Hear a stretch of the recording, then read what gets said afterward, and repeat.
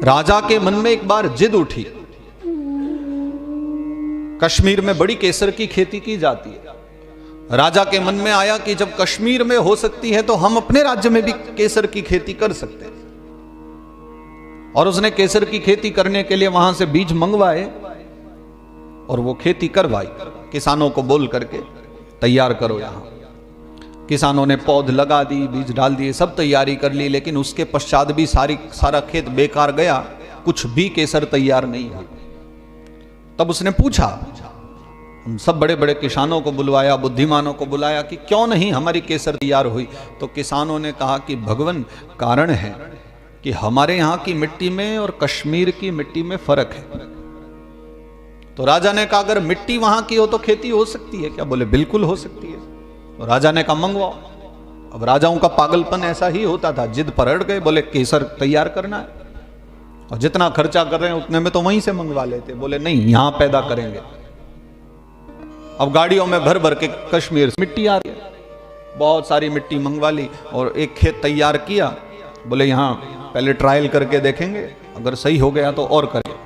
मिट्टी मंगवा ली कश्मीर से और फिर बिछा दिया, उसको मिट्टी को डलवा दिया वहां, फिर से पौध लगाई, फिर से सब बेकार हो गई। फिर से सभा बैठी कि अब क्यों नहीं हुई, तुम्हारे कहने पर मिट्टी भी मंगवाई। बोले वहां का पानी अलग है, वहां जो पानी है ना उसमें भेद है। वहां का बढ़िया औषधियों वाला बढ़िया पानी, और हमारे यहाँ तो आप जानते हो जहरीला हो गया है, आसपास फैक्ट्री, ये सब दुकानदारी। राजा ने कहा एक काम करो, पानी भी वहीं से मंगवाओ। मिट्टी तो आई गई है, अब राजा के आज्ञा पर पानी आने लग गया। अच्छा, लोगों को कोई फर्क नहीं पड़ता, उनको कमाई होनी चाहिए। राजा जितनी बेकार की जिद करेंगे, लोगों को तो उसमें कमाई होनी है, तो लोग भी लग जाते हैं काम पे।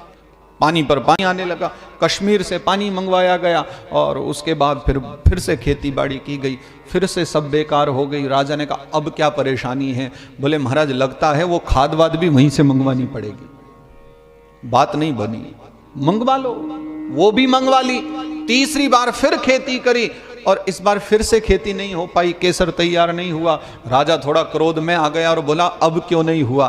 तब किसी बुद्धिमान ने बताया, बोले महाराज हमारे यहाँ जो हवा बहती है ना वो अलग है और कश्मीर में जो हवा बहती है वो अलग है।